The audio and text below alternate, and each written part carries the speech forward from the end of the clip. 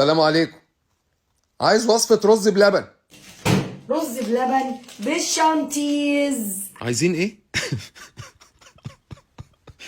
شانتيز شانتيز ايه؟ شانتيز هنشتريه منين الشانتيز ده؟ حبيب قلبي، هعمل رز بلبن ساده ورز بلبن بالشانتيز. انا ما طلبتش شانتيز، انا بسأل على الرز العادي ايه اللي دخل الشانتيز في الموضوع؟ يبقى دسم كده وكله خير للبنات. انهي واحد اللي هيبقى دسم؟ ما نعمله بالقشطة عادي، ما القشطة زعلتنا في ايه؟ قلت اعمل بقى شويه رز بلبن، ما بحطش نشا اصلا، بحط شويه شانتيز.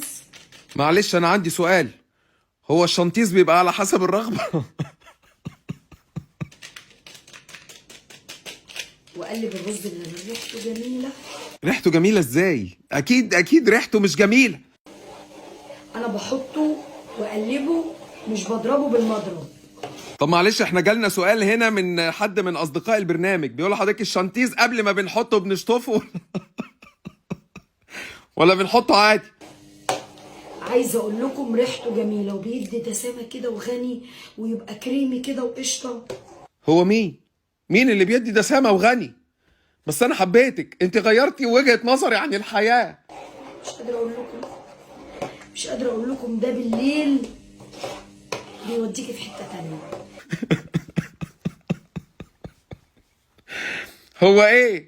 هو ايه اللي بالليل بيوديكي في حتة تانية؟ فلو بيوديكي في حته تانية يبقى عارفه انت رايحه فين عشان ما تروحيش في حته تانية. وادي الرز بلبن بالشانتيز. تسلم ايديكي ورجليكي. شوف انا كنت جاي عايز حاجة، رحت انا بقى في حتة تانية. هفضي ده في اطباق، وافضي ده في اطباق. لا شفته انا خلاص، شفت الكيس. انا مشكلتي دلوقتي ان انا مش عارف اطلبه ازاي من السوبر ماركت، علاقتي هتتدمر بيهم. مهما اغيب لازم ارجع له تاني. شانتيز عليكم وعلينا، شانتيز قلبي. شانتيز قلبي ازاي؟ والله ما تجيش، وانا حاولت والله العظيم. المهم بس تسلم ايديكي، خلاص انا مقبول منك خلاص. في انتظار بقى الفيديو القادم، اعمل لنا بقى كريم بروليس بقى، شويه كريم بروليس بقى. تسلم ايديكي.